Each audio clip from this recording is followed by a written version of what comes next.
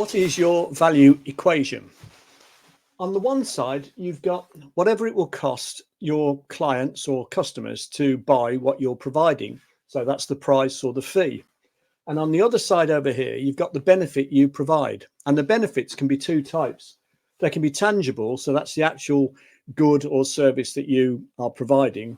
And they can also be intangible. So intangible, that's things like good name, customer service, delivery options, payment options, all the things that will make your proposition more attractive, but they're not necessarily the underlying product.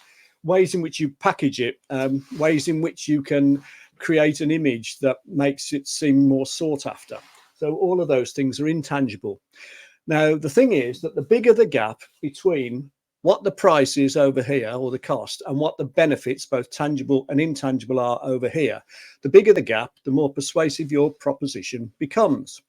The big mistake, obviously, is to work on reducing your price over here to increase the gap, whereas what you should be doing is keeping your prices high over here and increasing the benefits, both tangible and intangible.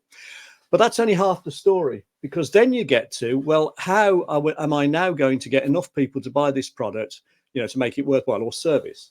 So the first thing you need to know is who's your ideal customer or client, because the thing about the ideal customer or client is that's the person that you can portray yourself as being a specialist or an expert to.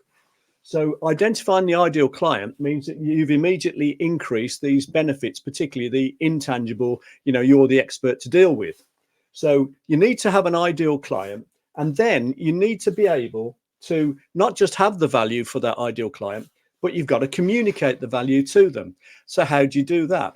Well, when it comes to communicating the value, if you don't do that, you can have as big a gap as you like here, on your value equation, but it won't be enough to make people come and buy from you unless they know about it and they believe it. So you have to be able to communicate it.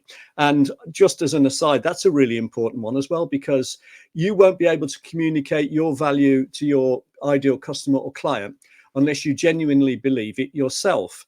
So you have to communicate the value to yourself, if you like. You've got to buy into the value you're providing before you can ever sell it or communicate it to anyone else, unless you're a con man or con woman or con person. Obviously, I think what happens there is they persuade themselves that they genuinely are providing something that's good, and that's how they are able to convince others. So you've got to be able to communicate the value here. Now, how do you do that? Well, there are 10 key elements that you have to cover off in order to communicate the value you provide. So 10 key elements in any sort of sales or persuasive argument or presentation or anything where you're trying to get someone to see your point of view or to agree with you.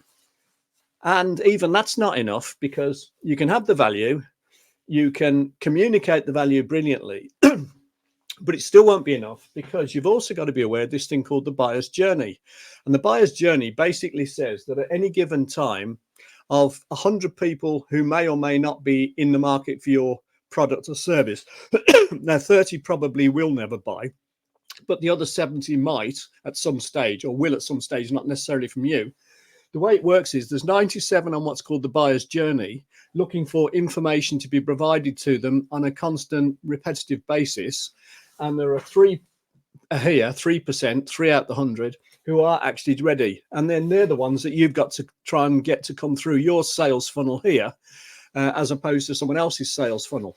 So there's a lot to this. You've got to get your value equation right. You've got to identify who it's most aimed at, because that increases the value equation. You've got to communicate the value, and you've got to communicate the value on a repetitive basis, because people need several pieces of communication, several pieces of information to enable them to make their mind up on their buyer's journey before they decide to buy and before they decide who to buy from. So there you have it, the value equation and how to actually get people to see the value of your value equation and to actually buy from you. I hope you found that interesting. Thanks very much for watching.